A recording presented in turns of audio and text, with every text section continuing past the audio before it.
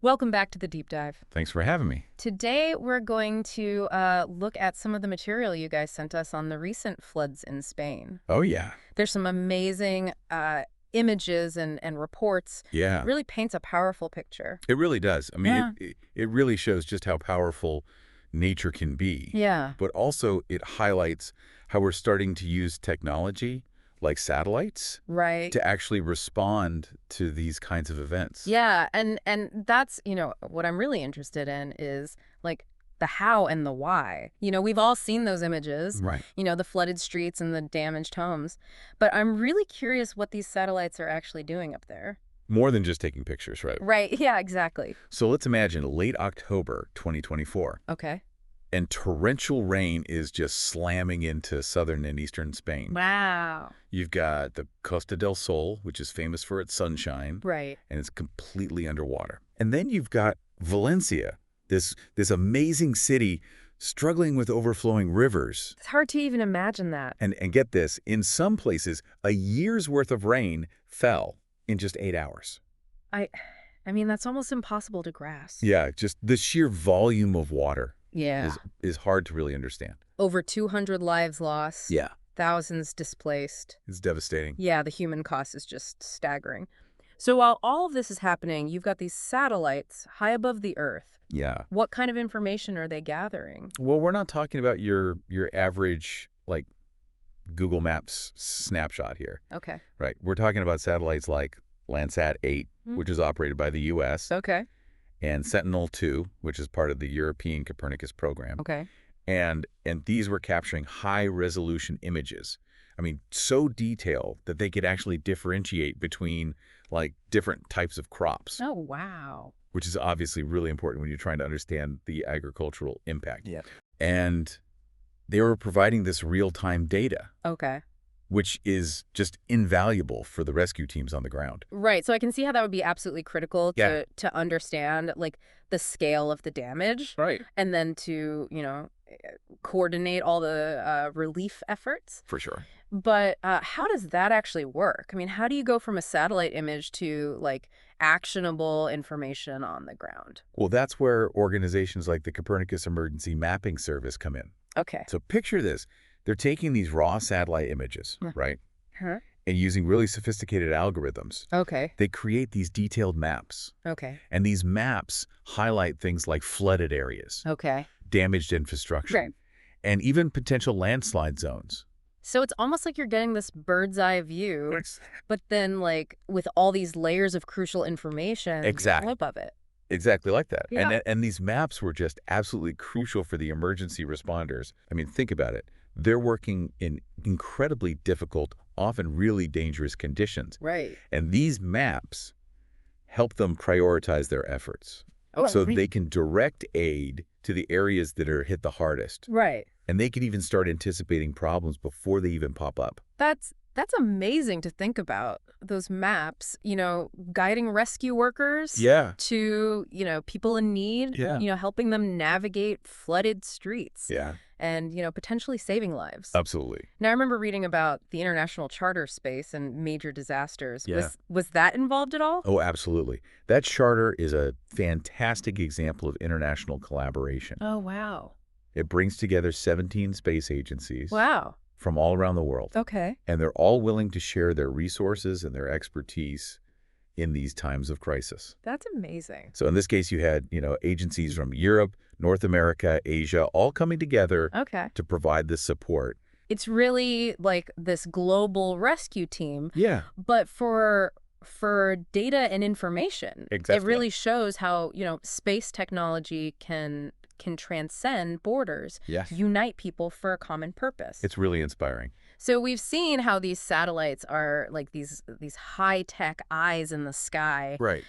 providing this crucial information during these floods. Yeah. But what about understanding, the floods themselves? Oh, that's a great question. Were satellites able to, shed any light on what caused this extreme weather event? That is the real deep dive. Okay. That's where things get really interesting.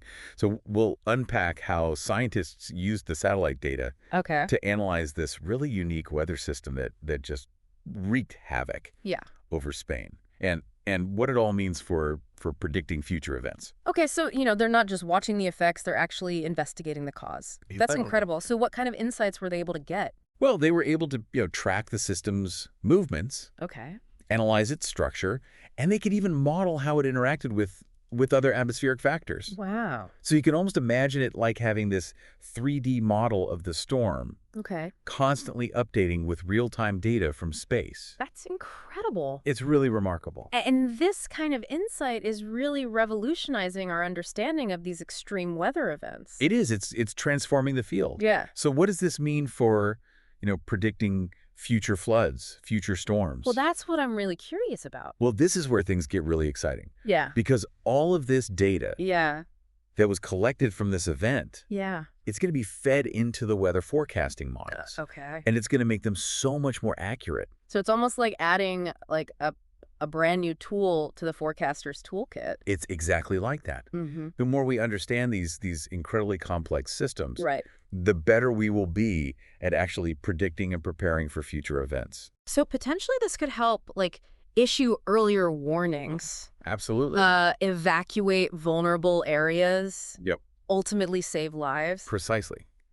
It's not just about understanding the science, Right. It's about actually using that knowledge to make these smart decisions Yeah. and take proactive measures. Mm. Imagine being able to predict a flash flood hours or even days before it happens. Right. That's the kind of impact that this technology can have. That's incredible. It's a game changer. It really is. But let's not forget about, the human side of this. Of course. You can talk about data and technology, Yeah. but, at the end of the day, this is about people whose lives have been just completely upended Yeah. by this disaster. And while the human cost is immeasurable, Yeah. there are some really inspiring stories of resilience. Okay. Communities rallying together to help their neighbors, volunteers Yeah. coming from all over the place to lend a hand. The human spirit really shines through. It's a good reminder that even in the darkest of times, human compassion and strength can really prevail. For sure.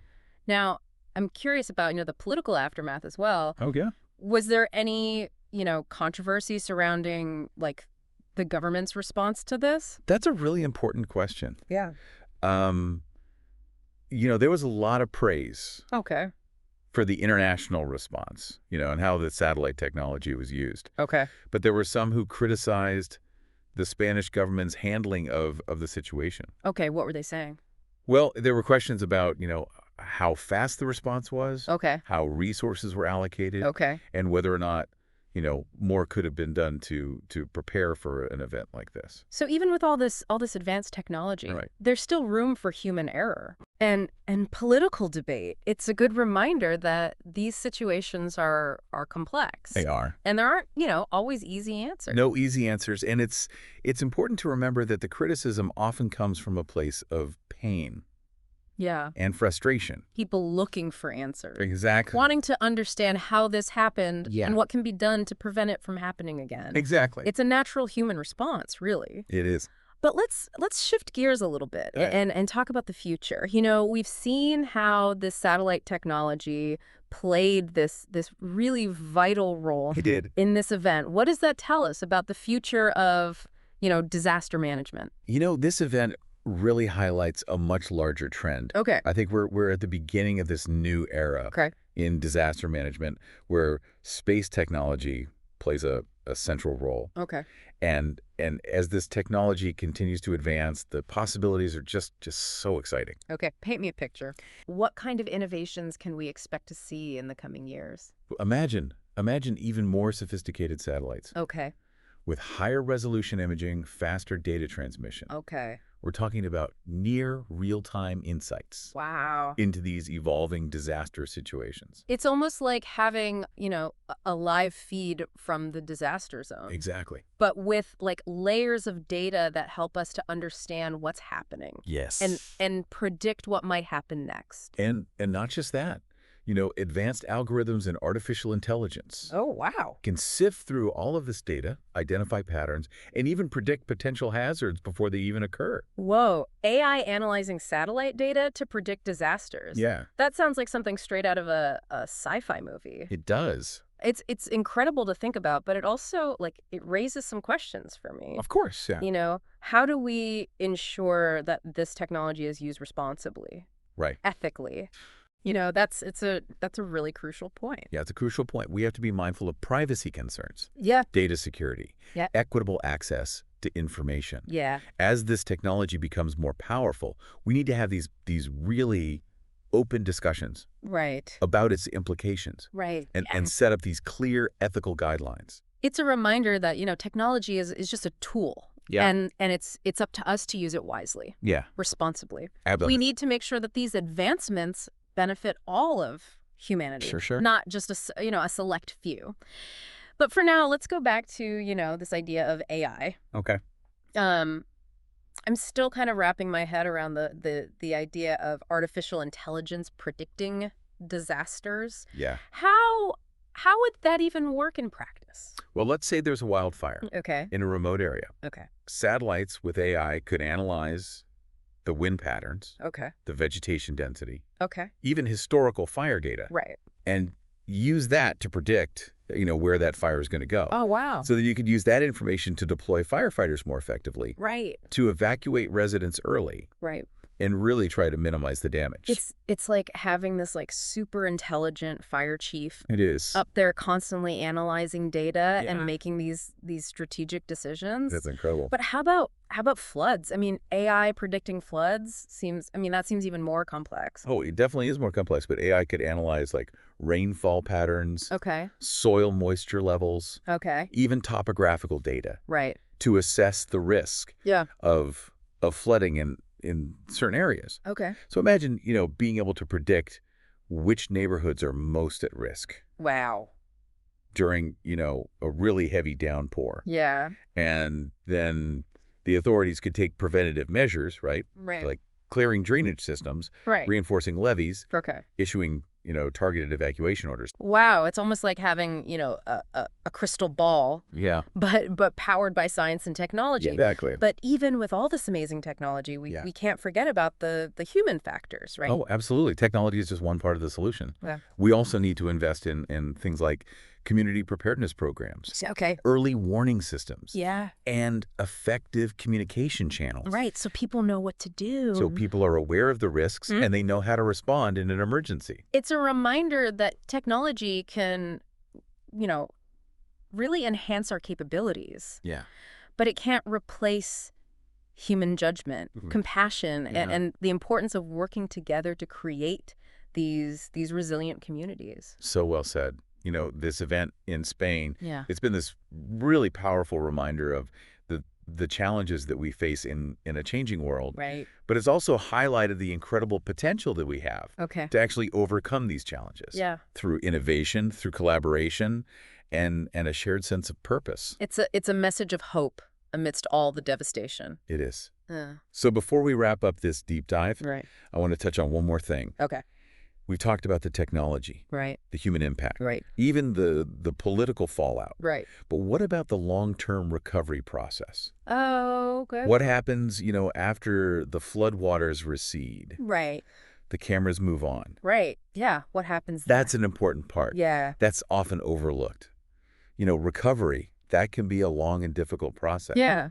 Physically Yeah. and emotionally. Yeah, I bet. It's about rebuilding homes and infrastructure, Yeah. but it's also about healing communities. Right. It's about providing support for those who have lost loved ones. Yeah. And it's about helping people regain a sense of normalcy. So it's about more than just, fixing the physical damage. Right. It's about addressing the psychological and emotional toll as well. Exactly. It's about fostering a sense of hope and resilience Yeah. and helping communities come out of this stronger than before. Okay. And in that process, satellite technology can actually continue to play a role. Oh, really? I thought it was, mostly focused on the immediate response phase. It might surprise you, but satellites can be used to monitor the progress of rebuilding. Okay. They can assess the environmental impact Okay. and even help with long-term planning Okay. to make those communities more resilient. So it's almost like the satellites have become essential tools Yeah. for every stage of, disaster management. They really have. And as the technology keeps evolving, their role's only going to become more important. Yeah. This event in Spain, it was this tragic reminder of the power of nature. Right.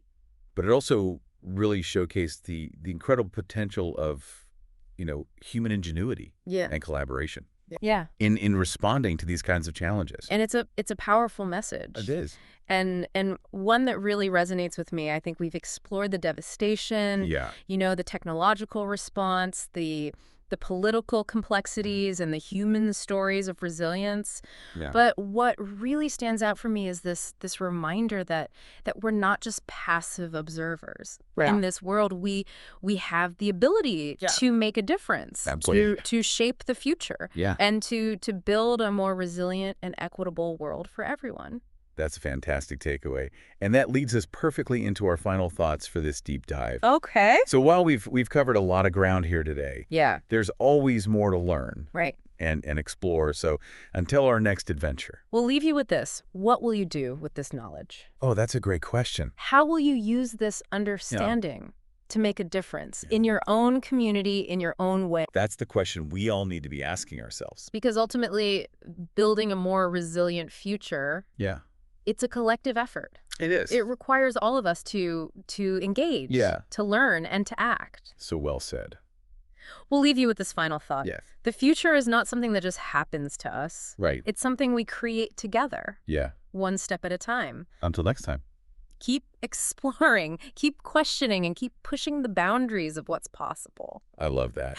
Let's take a quick break to let all this sink in. Yeah, sounds good. We'll be right back to explore the science behind these devastating floods. All right, so we've seen how these satellites were instrumental in the immediate response to the floods. Right. But I'm curious, can they also help us to understand, what caused them?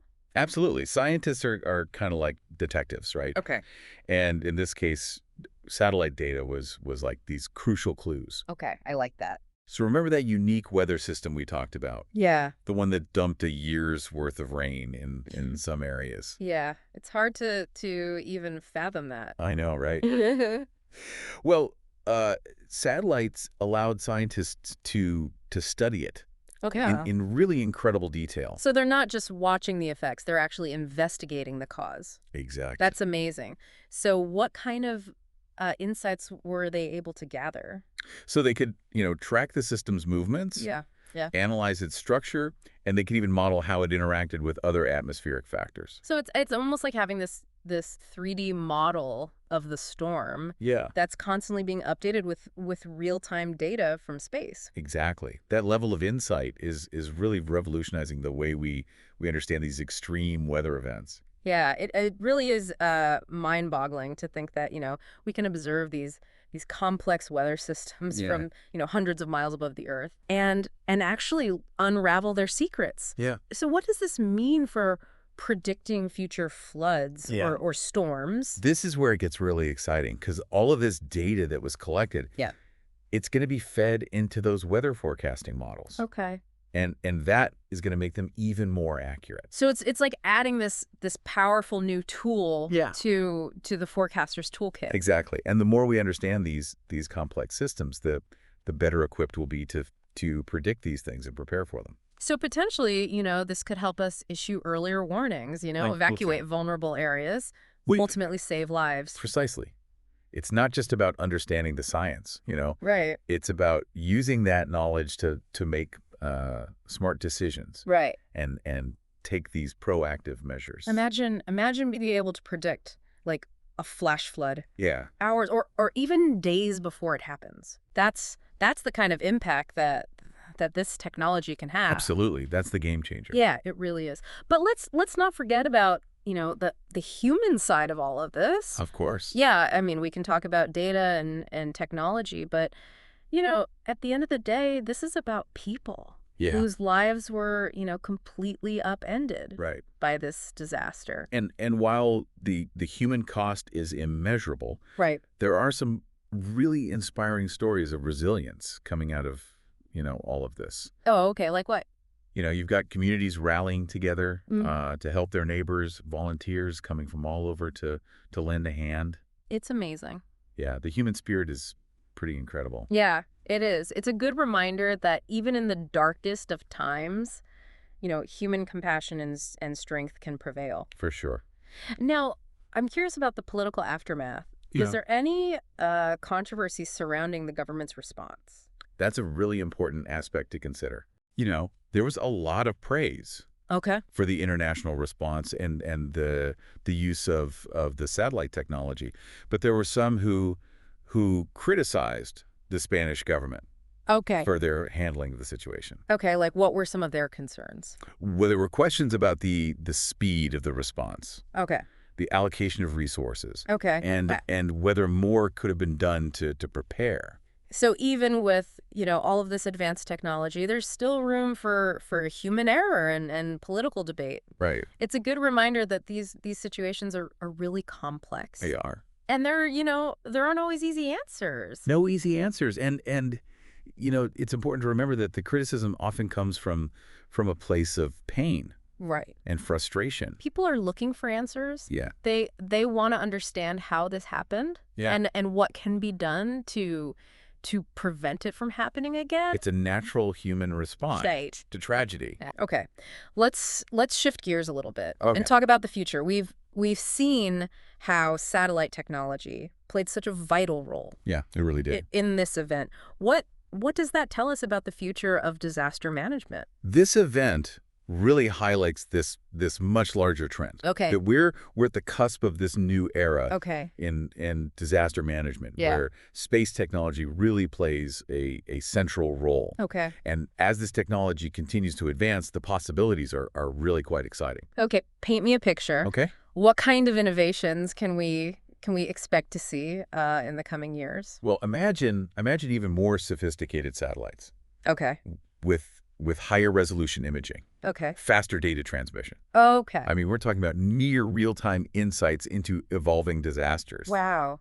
It's almost like having this live feed Yeah, from the disaster zone, exactly. but with layers of data that help us to understand what's happening and predict what might happen next. Exactly. And we're not just talking about, pretty pictures here. Okay. You've got advanced algorithms, Okay. artificial intelligence Right. that can sift through all of this data, Okay.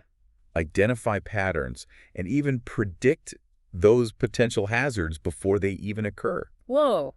AI analyzing satellite data to predict disasters. Yeah. That sounds like something straight out of a sci-fi movie. It does, but, it also raises some questions, right? Right. Like, how do we make sure that this technology is being used responsibly? Responsibly and ethically. That's a really crucial point. It's crucial. We need to be mindful of those privacy concerns.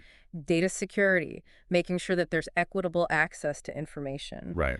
As this technology gets more powerful, we need to have these open discussions Yeah. about its implications Right. and really establish those clear ethical guidelines. Yeah, it's a reminder that, technology is a tool, Yeah, and it's up to us to use it wisely, right. responsibly. Absolutely. We need to make sure that these advancements benefit all of humanity, For sure. not just a select few.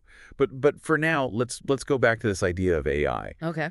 I'm still kind of like wrapping my head around AI predicting disasters. Yeah. How would that even work in practice? So let's say a wildfire breaks out in a really remote area. Go ahead. Satellites equipped with AI, they could actually analyze those real-time wind patterns, Okay. vegetation density, even historical fire data to predict where that fire is going to go. Wow.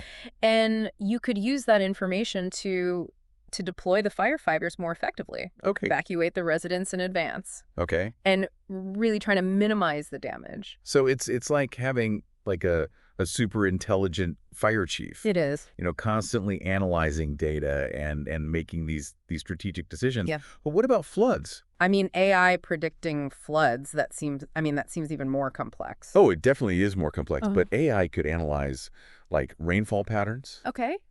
soil moisture levels, Okay. and even, the topographical data Right. to assess the risk of flooding in specific areas. Okay. So imagine being able to predict which neighborhoods are most vulnerable, Right. to flash flooding during a heavy downpour. Wow. And then authorities could take those preventative measures, All right? right. Like clearing the drainage systems, Okay. reinforcing levees, Okay. issuing, targeted evacuation orders. Wow. It's almost like, having a crystal ball, but powered by science and technology. Exactly. But even with all of this amazing technology, we can't forget about, the human factors. Oh, absolutely. Technology is only one part of the solution. Okay. We also need to invest in those community preparedness programs. Okay. The early warning systems and effective communication channels. So people are aware of the risks. So people are aware of the risks. And they know how to respond. And they know how to respond in an emergency. It's a reminder that technology can enhance our capabilities. Yeah. But it can't replace, human judgment. Right. Compassion. Yeah. And the importance of, working together. Yeah. To create these resilient communities. Well said.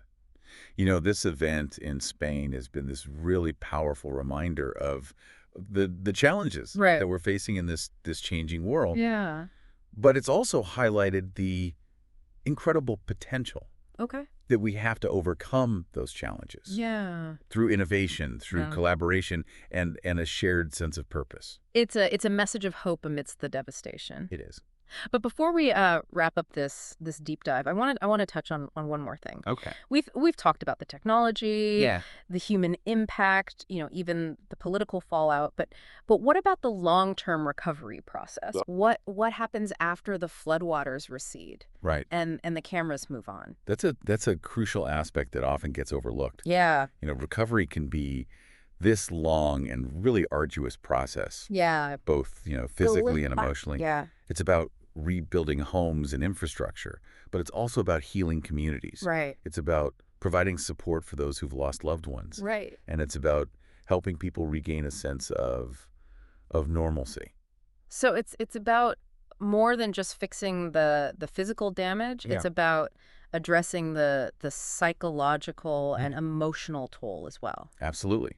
It's about fostering that sense of hope and resilience and helping communities come out of this stronger than before. Okay. And in that process, satellite technology can actually continue to play a role. Oh, really? Yeah. I thought it was mostly focused on that immediate response phase. It might surprise you. But satellites can be used to monitor the progress of the rebuilding efforts. Okay. They can assess the environmental impact of the floods Okay. and even help with the long-term planning Okay. to make communities more resilient to future events. So it's almost like these satellites have become essential tools They have. for every stage of, disaster management. From the initial response to the long road to recovery, Yeah. and as the technology continues to evolve, Right. their role is only going to become more significant. Right. This event in Spain was this tragic reminder of the power of nature, Yeah. but it also showcased the incredible potential of human ingenuity and collaboration Right. to respond to those challenges. And it's a really powerful message and one that I think resonates really deeply with me. Yeah. We've explored the devastation, the technological response, the political complexities. Yeah. And human stories of resilience, but what really stands out for me is this reminder that we're not just passive observers Right. in this world. We have the ability to make a difference, to shape the future, Yeah. and to build a more resilient Yeah. and equitable world for everyone. That's a fantastic takeaway. Yeah. And that leads us perfectly into our final thoughts for this deep dive. Okay. Well, we've covered a lot of ground here. Right. There's always more to learn Yeah. and explore. So until our next adventure. We'll leave you with this. What will you do with this knowledge? That's a great question. How will you use this understanding to make a difference in your own community? Yeah. In your own way? That's a question we should all be asking ourselves. Because ultimately, building a more resilient future, Yeah. it's a collective effort. It is. It requires all of us to engage, to learn, and to act. So well said. We'll leave you with this final thought. Okay. The future is not something that just happens to us. Right. It's something we create together. Yeah. One step at a time. Until next time. Keep exploring, keep questioning, and keep pushing the boundaries of what's possible. I love that. Wow, we've covered so much in this deep Yeah, dive. we have. It's really incredible to see how space technology Yeah, is changing the way that we approach these disasters. it really is. But as we wrap up, what are some of the key takeaways that you hope our listener walked away with? It's been quite a journey, hasn't it? It has. From those really heart-wrenching images of the floods to the intricate details of the satellite technology, Right. the potential of AI. Right. There's a lot to ponder. Yeah, I think for me it's this realization that even in the face of, such immense destruction, there's this incredible sense of hope. Yeah. We're not powerless against these forces of nature. No, we're not. We have the tools, the knowledge, the collective will. Right. To respond, to rebuild, and even to predict future events. I completely agree. This deep dive has really highlighted the power of human ingenuity. Yeah. We're using space technology in ways that were just unimaginable a few years ago. Right. And it's not just about responding to the disasters. It's about understanding them, learning from them, Right. and building a more resilient future. It's almost poetic. It is. Isn't it? Yeah. That we're Yeah. we're looking to the stars to help us solve problems here on Earth, and it's working. It is, yeah. But as with any powerful tool, Right. we need to use it wisely, Yeah. ethically. Absolutely. The ethical considerations surrounding this technology Yeah. can't be ignored. Right. We need to make sure that privacy is protected, that data is used responsibly, and that the benefits are shared equitably. It's a reminder that even, the most advanced technology is only as good as the people using it. It really is. But that being said, I'm incredibly optimistic about the future. Yeah. Imagine a world where we can predict and mitigate the impact of these disasters, Right. saving countless lives and livelihoods. It's a future worth striving for. Yeah. And it's a future that is within our reach. Yeah. This event in Spain, as tragic as it was, Yeah. it showed us what's possible, where you combine that human ingenuity Right. with this cutting-edge technology. It's a powerful message of hope It is. and a call to action. It is so. So to our listener out there, Yeah.